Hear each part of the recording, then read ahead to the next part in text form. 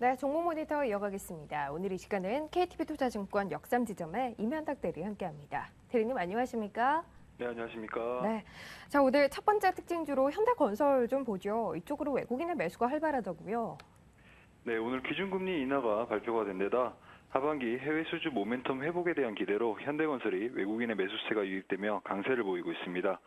경기 민감 업종에 속하는 현대건설은 금리가 인하되면 자금 조달 비용과 채무 부담 등의 경감이 기대가 되기 때문에 이에 따른 수혜가 예상되고 있는데요. 게다가 실적 관련한 부분에 있어서 상반기보다는 하반기가 기대된다는 전망이 나오고 있습니다. 현대건설의 2분기 실적은 다소 부진할 것으로 보이는데요. 2분기 매출은 전년 동기 대비 13.7%가 증가한 반면 영업이익은 4.2% 정도 감소할 전망입니다. 이는 시장의 예상치를 소폭 밑도는 수준인데요. 그렇지만 상반기보다는 하반기로 갈수록 중동과 동남아 시장의 발전 프로젝트 수주로 시장의 기대치를 달성할 수 있을 거란 전망이 나오면서 외국인의 매수세가 유입되고 있습니다. 반면 팔고 있는 종목 있죠. 현대차 내내 흐름이 좋지를 못합니다. 어떻게 봐야 합니까? 네, 현대차의 주가가 외국인의 매도세 속에 지속적인 하락세를 보이고 있습니다. 최근 글로벌 경기 둔화에 따른 우려와는 달리 현대차의 2분기 실적은 굉장히 좋을 것으로 전망이 되고 있는데요. 현대차의 2분기 매출액과 영업이익은 전년 동기 대비 각각 7.6%와 14.5%가 증가할 것으로 예상되고 있습니다. 특히 영업이익률은 11.3%를 기록해 사상 최고의 실적을 기록할 것이란 전망인데요. 미국과 유럽 자동차 시장에서의 시장 점유율이 견조한 모습을 보이고 있고 가동률과 재고 보유량을 안정적으로 유지하고 있기 때문에 지속적인 실적 개선이 기대가 되고 있는 상황입니다. 그렇지만 최근 현대차 노조의 파업에 대한 우려감 때문에 외국인의 투자 심리가 위축되고 있는 모습을 보이고 있는데요. 현대차 노조는 전체 조합원을 대상으로 쟁의행위 천만 투표를 실시한 결과 77%가 넘는 찬성률로 파업을 하게 되었습니다. 이에 따라 현대차 노조는 내일인 13일 주 야간 근무조가 부분 파업을 벌이고 20일 금속노조도 총파업에 동참할 것으로 보여서 파업에 따른 우려감이 이어질 전망입니다. 그러면 현대차 빠질 때 매수해도 되겠습니까? 현대차의 펀더멘탈은 여전히 유효하기 때문에 어느 정도 조정 시 매수 전략이 필요해 보이는 상황이긴 합니다.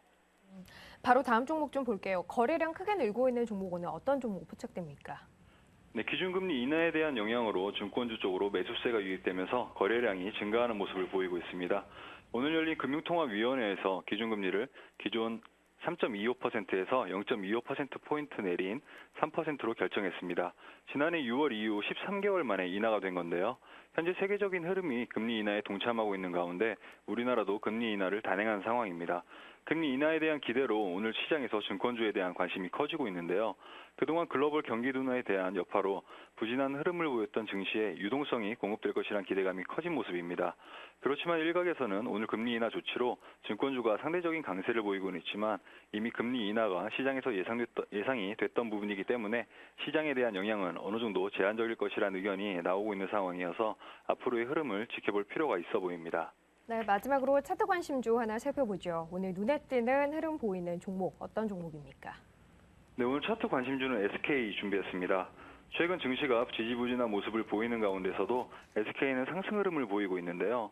전력난으로 인해 SK의 자회사인 SKENS의 발전사업 부문의 실적이 향상되고 있어서 SK의 긍정적인 모멘텀으로 작용하고 있는 것 같습니다.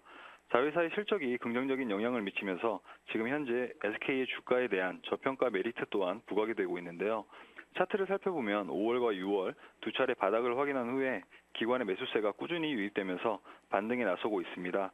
최근에는 기관의 매수세가 더욱 강화되고 있는 가운데 장기 이동평균선인 121선과 241선이 저항으로 작용을 하는 모습이었는데요. 이들 장기 이평선이 14만 원대에 거의 동일하게 형성되었기 때문에 일주일 정도의 매물 소화 과정을 거쳤고요. 오늘은 이들 장기 이평선을 상향 돌파하는 강한 흐름이 나왔습니다.